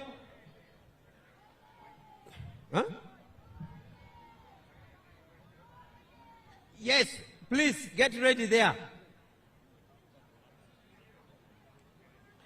Nyako ukuja ne ukobo ni da bin tung yene nyako kuja bin bora apenyo Isaac and the other the converts.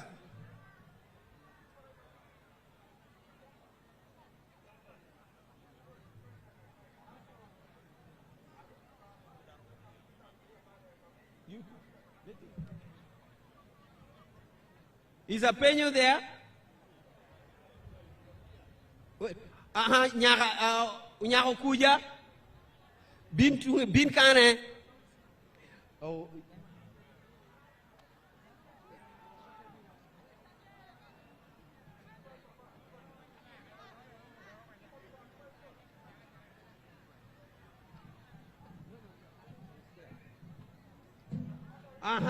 Nyako kuja yo kwero ko.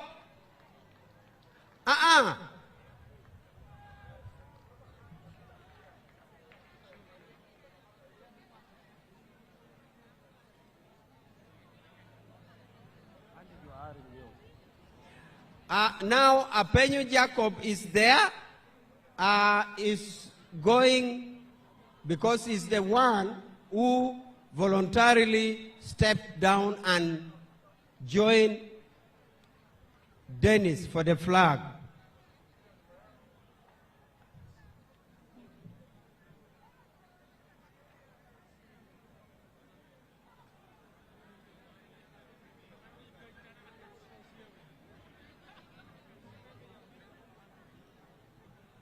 Okay. I can see Apenyo Isaac with the president. Apenyo stepped down.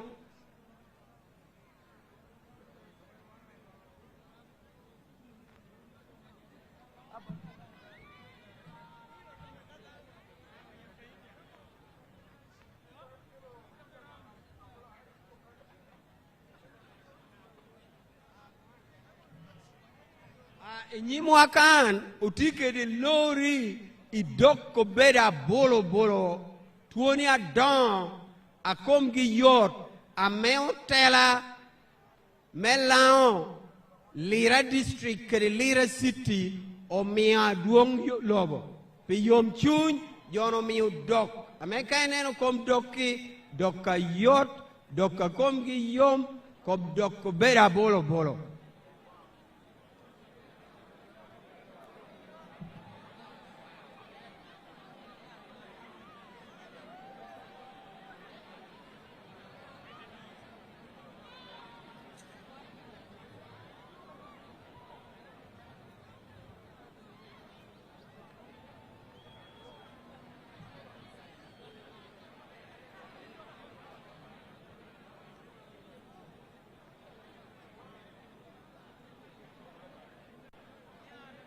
What do I do? Now tikeri jo ameo logere ameo yai patu kene ameo yai UPC ameo yai oyai noob ginti kano ameo yigere mebinu nyute bora duong.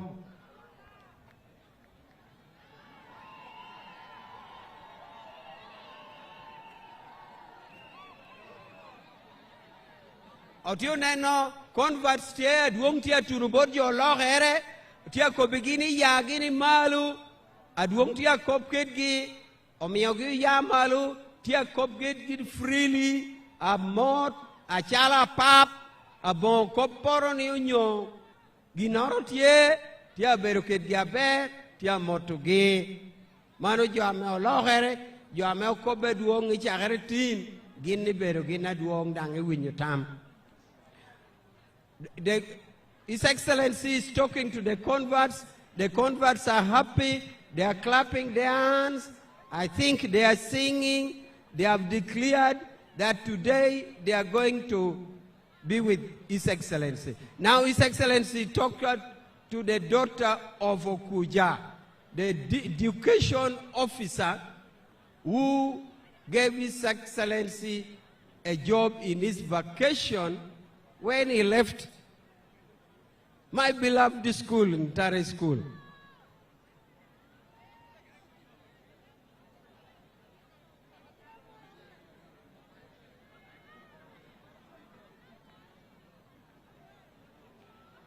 Jamitia Waterbear. Seara Air Fryer, a primeira linha perfeita.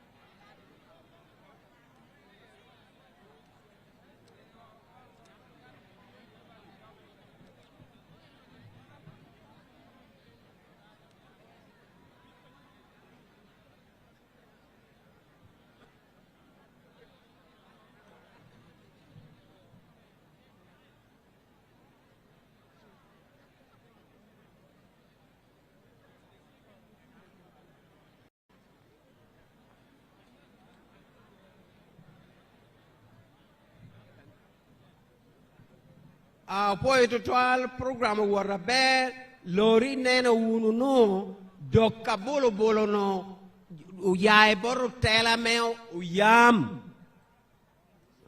The cows, the bulls, the beautiful, the healthy bulls are from the leaders of Uyam.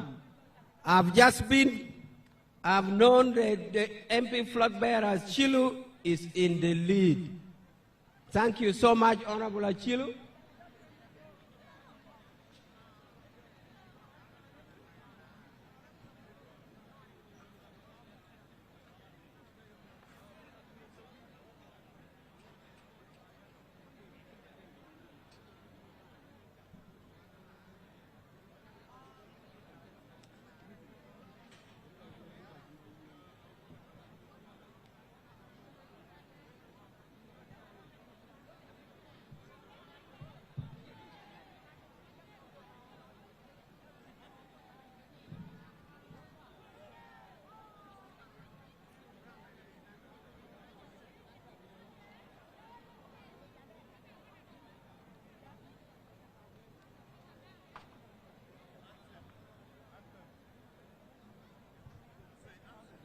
Anthem.